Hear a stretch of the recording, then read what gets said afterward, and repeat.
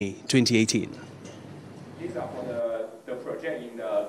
Yes, thank you so much, Abi. We also know that this function has actually been organized, and we have the Kenya Ports Authority who've been actively planning for this function. But right about now, I am joined with one of the major organizers of this event. Thank you so much for joining us. Probably if you give us a brief of how, let me say, the cargo performance in the country is doing so far.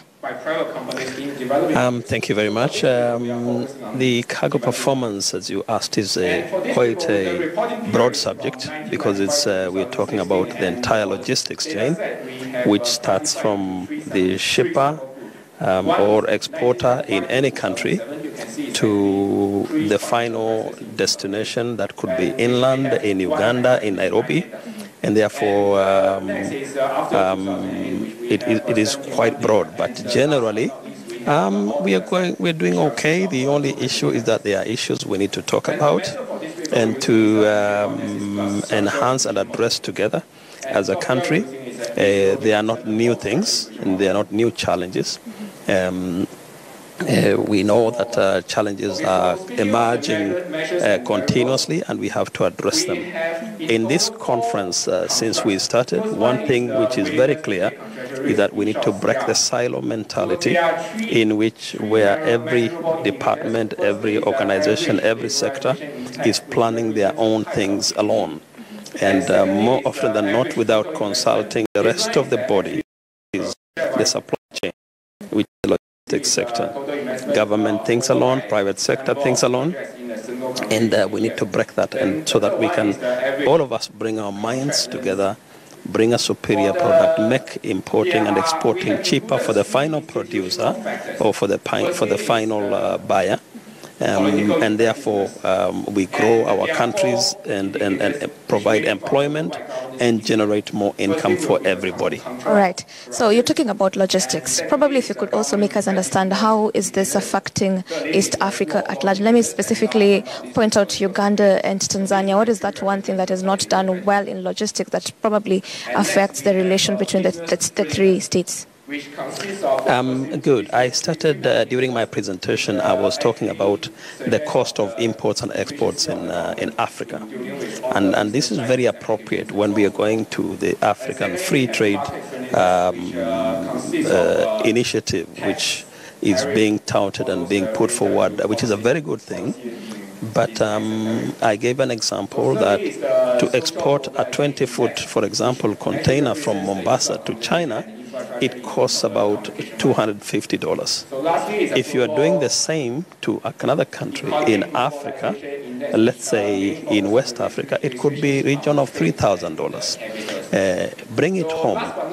When you bring that container from China, let's say, an import is around $600 or thereabout, and then you end up paying 3 times more in inland transportation. So we need to bring down our inland transportation cost, not only inland transportation cost, but the speed at which we do the clearance and delivery, which means overnight a container should be discharged in Mombasa today, Nairobi tomorrow, cleared out and pre-cleared. So we still have issues there. But okay, they are being worked on, but albeit at a slower pace than the industry would like to see. All right. So that, actually, blue economy is one of the major topics addressed in this conference this year. So how is it coming up to help some of these challenges that the industry has been facing, specifically the maritime section? Oh, very good. The approach for the blue economy is exactly what we are saying, looking at the industry as a cluster, not only one sector like a port, but looking at where these ships come, where do they take their fuel. We need to develop the fueling industry so that they can fuel here. They can take food and provisions and fresh water. They can also, the same ships, we will also have a good fishing industry, which means the containers, we will be exporting more because the fishing that will be processed here and exported from here, and all other minerals, including sea agriculture. So how is the blue economy going to be impacting us? Basically, the employment levels that we can generate, the number of jobs, it's quite tremendous. And it's good that we picked up this as a country, and especially being driven from the government side. So income generation as well as employment, I think those are going to be bigger benefits.